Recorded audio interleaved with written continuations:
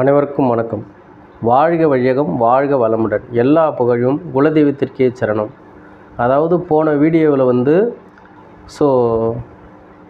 வடமேற்கு மூலை, வடகிழக்கு மூலை இதை பற்றி பார்ப்போம்.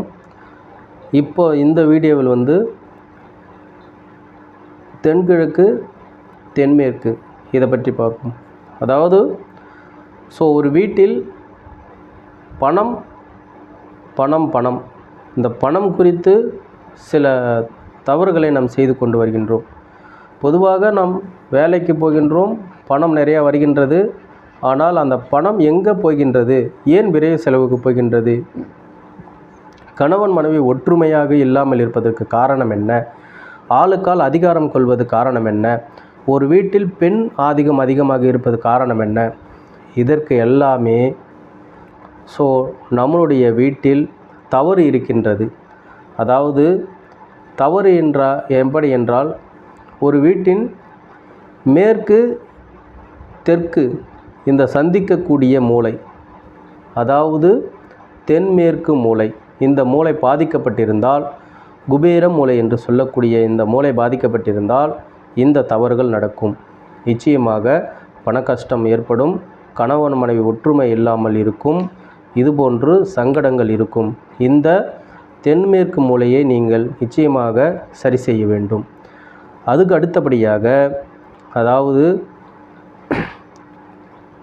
தென்கிழக்கு மூலை, அக்னி மூலை என்று சொல்லக்கூடிய இந்த தென்கிழக்கு மூலை, அதாவது தென்கிழக்கு மூலையை நீங்கள் பாதிக்கப்பட்டிருந்தால் அந்த வீட்டில் நிச்சயமாக நோய் நொடி அதிகமாக இருக்கும். எப்போ பார்த்தாலும்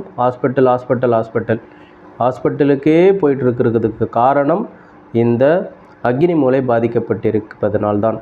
இந்த அக்னி மூலையை நீங்கள் சரி செய்தால் நிச்சயமாக உங்களுடைய மருத்துவ செலவை நீங்கள் குறைக்கலாம்.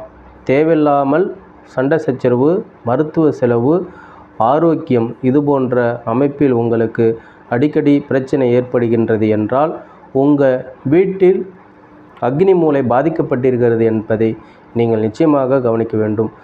பொதுவாக ஒரு வீடு சதுரம் அல்லது செவ்வகமாக இருக்க வேண்டும்.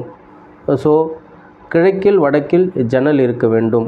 ஒரு மனிதருக்கு எப்படி கண்கள் முக்கியமோ அதுபோன்று ஒரு வீட்டுக்கு ஜன்னல் என்பது முக்கியம். அதனால் நீங்கள் கிழக்கிலும் வடக்கிலும் ஜன்னல் இருப்பது போல் வீட்டை அமைத்து கொள்ளுங்கள்.